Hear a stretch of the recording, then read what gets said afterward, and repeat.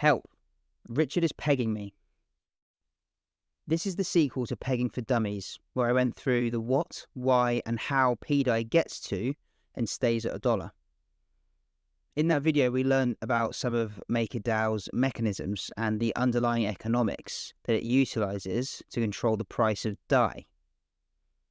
We examined the benefits of launching first as a volatile asset to later then establish the peg.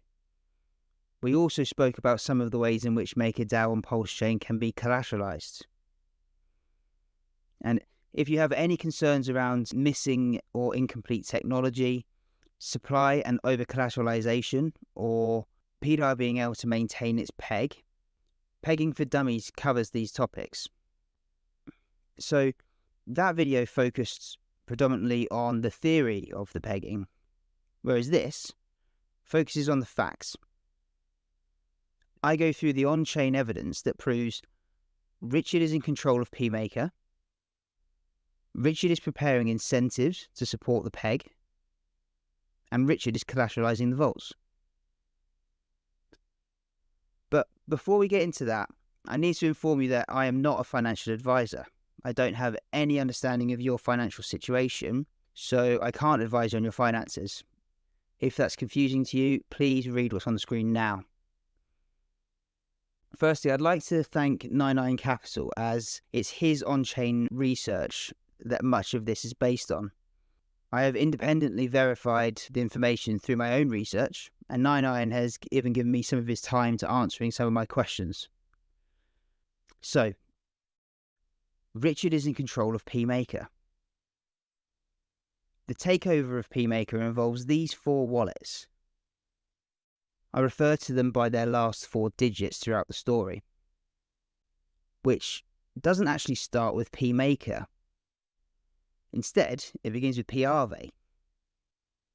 Now, Aave is a peer-to-peer lending platform. Peer-to-peer just meaning person to person. And in Aave's case, one person can loan out their crypto assets to earn an interest, and the other can borrow those assets. I'm not going to go into detail about how Aave works, but it has multiple crypto markets that it operates, meaning there's a variety of crypto assets able to be loaned and borrowed. Also, it works in a similar way to MakerDAO, in that there's an over-collateralization mechanism, meaning that there are vaults for each of these crypto assets markets that have funds sat in them. Aave is a decentralized, community-driven platform that makes decisions on changes to its code by votes. Someone in the community creates a proposal to change some code, and the community casts their vote on whether to pass or reject these changes. The governance token, Aave, is a vote. The more Aave you have, the more votes you have. And here we have the first bit of on-chain activity. See in the top of the screen, I've given you a key. You have the wallet that conducted the activity, the date on which it occurred in English format, day, month, year, and a timeline which give you an idea of when this took place in relation to the Pulsechain launch in this instance, which was the 13th of May in 2023. Whenever this appears on the screen, we are talking about on-chain verifiable data that you can find on 99 Capital's Twitter profile. I will post links to each thread I use within my Twitter thread. So, this is our first wallet, and the one that does most of the legwork, our 9E6F. Soon after Pulsechain launched, it received 70 ETH through Tornado Cash, which is a tumbler. A tumbler mixes crypto funds together and spits them out to the recipient to hide where it came from. Hours later, the 9E6F begins a series of transactions, buying pAAVE. When it's finished, it has just over 320,000 pAAVE. It then creates a proposal and uses its pAAVE to vote through its own proposal. 4 days later, our 96F wallet returns and begins raiding the contents of the pRV vaults. It transfers to itself pRV, pWrapBTC, pLink, Yearn Finance, Uni, and can you guess what was in the last vault? pMaker, the governance token of MakerDAO. Now, that process of transferring was like a token transfer, meaning it was wallet to wallet. For the 96F to do anything with the loot, it will need to interact with an exchange. For it to be able to move those coins through PulseX, it needed liquidity. And that's where our 2822 wallet comes in. This is our master of liquidity. 2 days before the 96F took over pRV, the 2822 put up liquidity for the exact tokens the 96F would go on to take from the vaults. But it didn't just simply provide liquidity. Let's follow what it did with Wrapped BTC as an example. First, it added around 2,000 Wrapped BTC, almost identical to what was in the pRV vaults. Then, it added a whopping 41,000 Wrapped BTC. Why did it do that? Well, Richard actually made a long post about this, teaching us a number of lessons on the 19th of March. And he highlights price moves based on PulseX liquidity. If you double the liquidity, you move the price up by 4x. This is the pWrapBTC chart. See, there was a huge spike in price. It was at the time of this peak, on the 1st of July, 2023, that the 96F unloaded all its pWrapBTC into Pulse. The 2822 not only provided an escape route by providing liquidity for the exact tokens taken from the pRV vault, it also pumped the price of all those tokens to maximize its gains from the raid. The 96F and 2822's efforts combined managed to turn the 70 ETH worth of crypto into 566 ETH. All tokens taken from the pRV vaults were sold, apart from pMaker. On the very same day as the pRV raid, the 96F created a proposal within pMaker, and again, approved its own proposal using its pMaker to win the vote. That proposal paused the traditional governance mechanism of proposal creation and voting through those proposals for a defined period. During this pause, the 96F made a series of governance changes. We can't tell what each of these are by the transactions logs, but we do know one of these changes stopped the ability for pDAI to be minted, freezing the supply at 22 billion. The 96F then locked all governance and transferred some of its rights to the 17F7 wallet. Now, this is the first we've heard of the 17F7 wallet. Why have I bothered mentioning it? Well, we've already spoken about the minting of pDAI itself, from it stopping the supply. But those watching who are desperate for pDAI pegging not to be true, who continue to ignore the exponential benefits to the ecosystem and ultimately themselves, may still at this point argue that the actions taken so far could have been done with malicious intent. However, there are two functions which add even more weight to the argument that pDAI is intended to actually be pegged in the future. The functions around minting and burning the pMaker tokens themselves. The governance token, pMaker, that is used to conduct votes on proposals, is also a utility token, which allows users to pay stability fees, and if needed, can even be used to recollateralize the vaults. The minting and burning of pMaker is critical to the health of the MakerDAO operations, and ultimately, the peg. And on the 4th of April 2023, the 17F7 wallet tested both minting pMaker and burning it. And it did all this during the testnet phase. And when it was done testing those functions, it created a series of IOUs, which, as the name suggests, are promises that you will do something at a later date. In this case, enact code. So, here's a bird's eye view of everything we've just run through. Our 17F7 wallet, our pMaker governance token tester. The 2822, our liquidity mastermind. The 9E6F, our foot soldier, who did most of the legwork. And the B22F, which I didn't really mention, but this wallet got transferred the ownership of pMaker once the job was complete.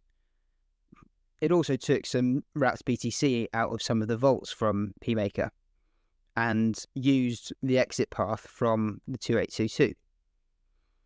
As you can see, all 4 of these wallets played a part in taking over pMaker. Each of them are linked. Therefore, if we can identify the owner of any one of these wallets, we identify who is behind the takeover of pMaker. Before I reveal which one of these wallets is identifiable as Richard's, I need to take you back to the sacrifice phase. If you remember, there were sacrifice phases for both Pulse and PulseX, where the price went from 3 zeros and a 1 to 2 zeros and a 1. Now, everyone talks about the sacrifice phase like it happened like this. The top sacrificer for Pulse being $29 million, and for PulseX being $42 million. And that the total amount sacrificed increased over time until it reached $660 million for Pulse and around $1 billion for PulseX. But it actually looked like this.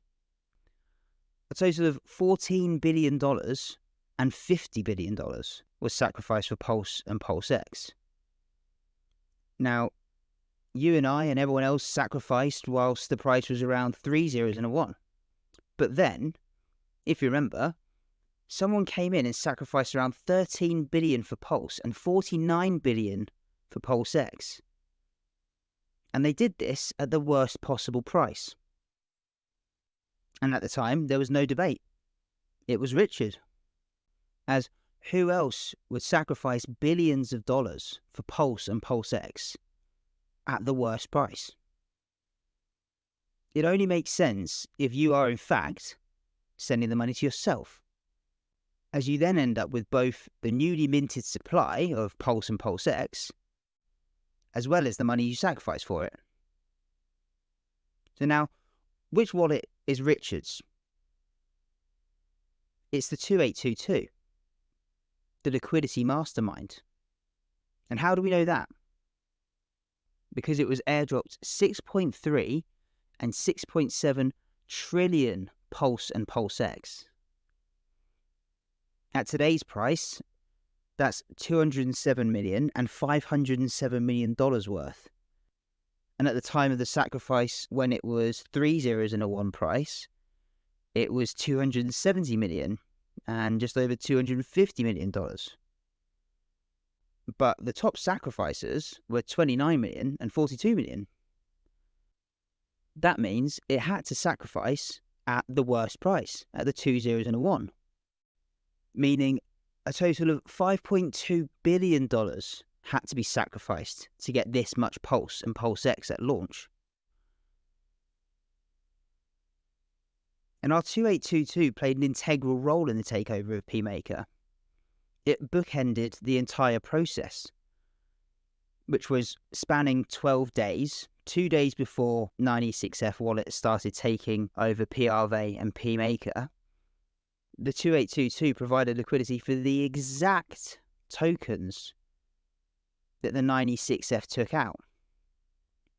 The wallet identifiable as Richard's has demonstrated prior knowledge of the plan to take over pMaker.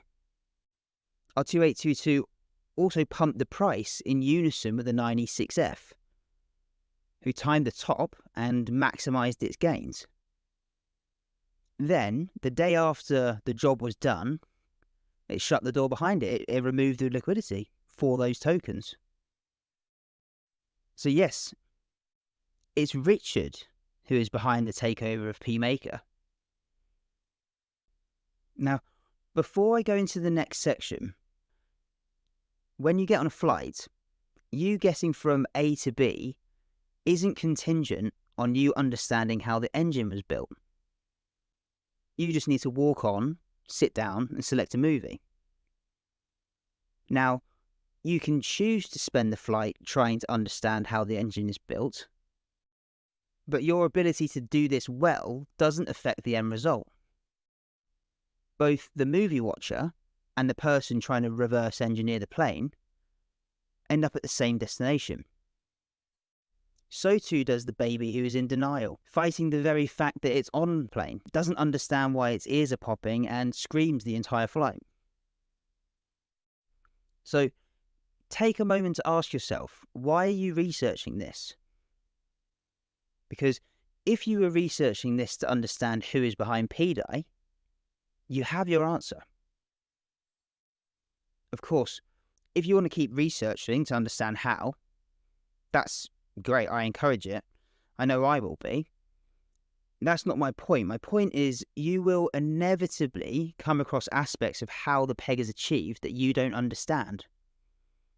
And my message is, don't let that faze you. You can always lean on the fact that Richard is in control of MakerDAO on Pulsechain.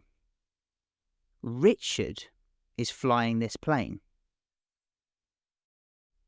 Richard is preparing incentives to support the peg. Now, in that first section, I had the luxury of all the activity being in the past, so I was able to point to on-chain analysis throughout. In this section, however, I don't have that luxury. I'm talking about something that hasn't fully happened yet. So in this section, I use Richard's own words to form a picture of what's to come, then point to the on-chain activity that indicates that he's carrying out the plans that he so kindly shared with us. We can see on-chain that Richard is preparing incentives to support the peg. Here's Richard. The first transaction, or one of the first transactions to occur when the new chain exists, is that a contract will go through and execute a trade on all of the automated market maker pairs to harvest PRC20s and then reward those liquidity providers with Pulse. And look at this. This is the 2822 wallet, the one we know to be Richard's. It was airdropped roughly 3,500 different PRC20s at the time of launch. Pages of them. So those LPs will have more Pulse and they'll have less PRC20. And then you take all those harvested PRC20s, you put them in a Uniswap fork, and now none of those coins can stop playing the game unless they use admin keys. And that's what he's done. He's the largest liquidity provider for pDAI, USDT, USDC, pMaker, and many others. Just to recap, so I understand it. So you're going to have effectively a market between the ERC20 version of a coin and a PRC20 version of a coin that will have different values, but there'll be effectively a market between them that allows you to go from one to the other. That would say, like, my PRC20 of this token is worth, a tenth of the ERC20, so I can exchange 10 PRC20 tokens for one ERC20 token of the same name. Yes. My fellow Englishman sums up things well here for us. Richard was describing some of the ways in how liquidity is going to be provisioned to support a market that he is creating between the ETH versions of tokens and the Pulse versions of tokens. Because that's what placing liquidity does. It facilitates a market. So, what's he done on chain? His 2822 wallet is linked to the Pulse version of the Balancer protocol.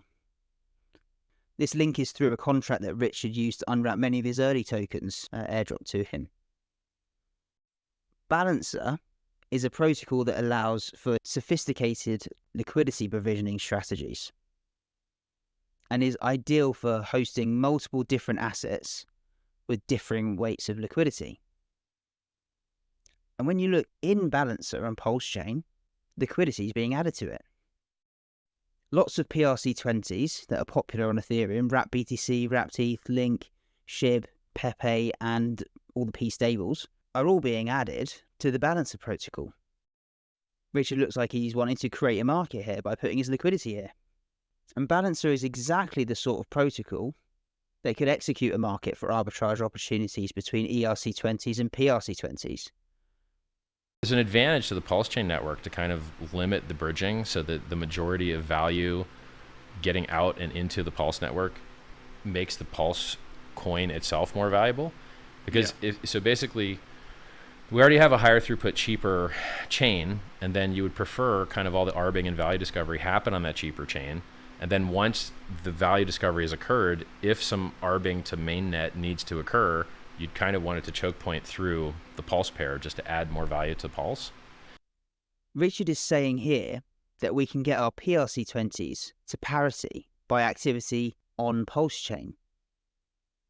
If there's any bridging from anyone who wants to participate, they can come through the bridge and buy Pulse, which creates positive price pressure on Pulse, and thereby the entire ecosystem that it's paired with. But how can he be so confident that he can bring PRC20s to parity over on Pulsechain without the need to attract lots of Ethereum users and provide them with lots of easy ways to bridge across to arbitrage the difference? Well, he's already told us how price moves in that post from the 19th of March. Price moves based on PulseX liquidity, and it moves in a square, meaning if you double one side of the liquidity, the price increases by 4x.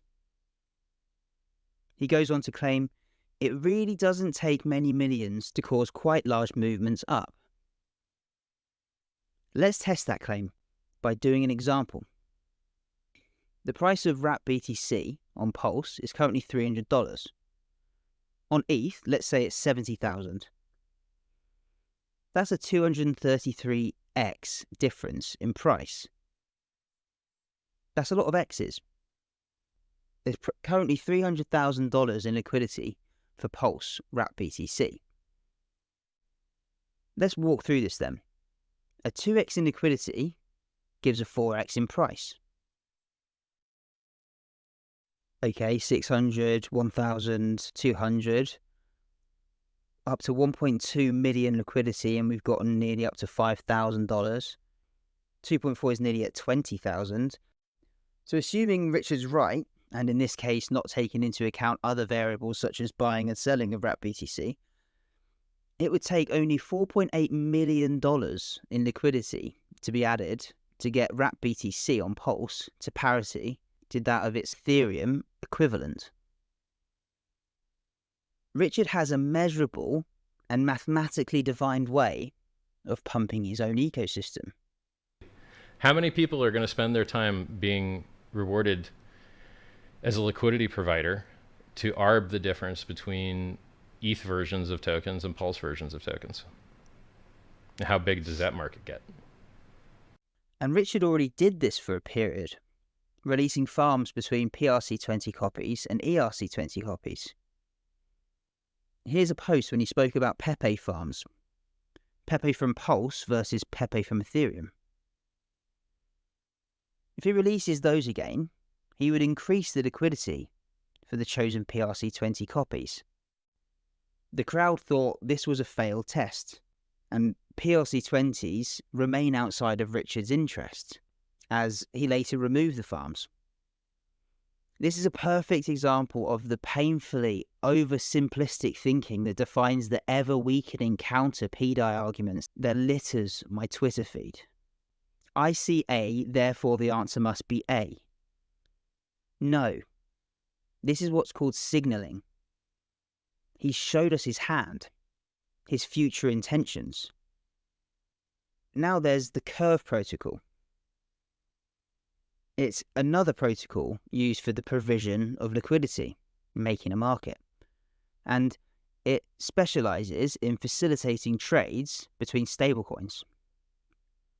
It's particularly good at executing orders quickly between assets that are closely priced. Here we see USDC drops by 5%, so we put $100 in, then when the price returned to $1, we now have $105. Excellent, we've successfully arbitraged USDC. Interestingly, the person who deployed PulseX on testnet v4, Richard and or his team, forked PancakeSwap StableSwap contracts, which is the front-end implementation of Curve Finance. And Richard has been adding liquidity to Curve over on Pulse. Is Richard going to create arbitrage opportunities between P-stables, PRC20s, and their ERC20 counterparts? Is he planning to pump popular PRC20s to begin the ecosystem's move upwards? And will he release farms to incentivize the provision of that liquidity? It certainly looks like it. And once he gets those PRC20s and P-stables to parity, could he collateralize the pMaker vaults with them? And now we come to our final section. Richard is collateralizing the MakerDAO vaults over on Pulsechain. You may remember when, on 1st of March this year, large quantities of DAI from Ethereum, on the Ethereum side, moved over from PulseX sacrifice wallets to MakerDAO. One of these PulseX treasury wallets was the 16F4. In January of 2022, before testnet launch, it received $12 million of DAI on Ethereum. It then put that into a Uniswap liquidity pool with Hex. Then it rebalanced the pool and took $4 million worth of USDC back out of the pool. Then that $4 million worth of USDC sat on Ethereum until the early days of Pulsechain testnet. That 4 million USDC was then put into a MakerDAO vault on Ethereum, and 99 Capital describes it as an NFT, which was then unwrapped and put into MakerDAO on Pulsechain. So whilst that may be a little confusing, it's true. A sacrifice treasury wallet collateralized pMaker with millions of dollars during the testnet. And it received 4 million pDAI. So at the point it did this on testnet, the price of pDAI was $1. Richard collateralizing the vaults on testnet and testing them. The amount in pMaker vaults has since grown to around $9.1 million, with 2.1 billion USDC sat in its vaults.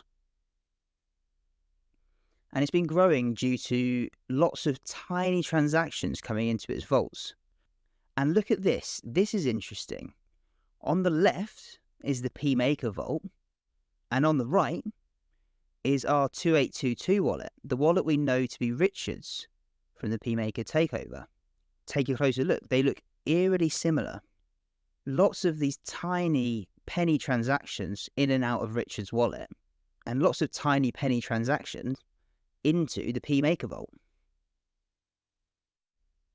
We saw Richard earlier talk about the first transaction, or one of the first transactions, being a harvesting of all the PRC20s, and then those liquidity providers receiving LP rewards. Has Richard set the pMaker vault to receive these awards too? It's interesting to see it's begun to receive ink. And finally, on the 18th of February of this year, a small amount of USDC and wrapped BTC were put into the pMaker vault, and they minted pDAI. Richard has tested the minting function in a live environment. And before everyone asks, it's since been switched off to allow for the collateralization. Does this mean Richard collateralizes the vaults with wrapped BTC among other PRC20s. Well, his 2822 is the largest holder of wrapped BTC. That wallet alone will be worth over $2 billion when Bitcoin is at 73K and the Pulse version is at parity. Richard wants us to figure this out. Before launch, he told us on his streams. Since launch, he's told us on the chain. Or his Twitter, he's put it in black and white. Look at what he's telling us here.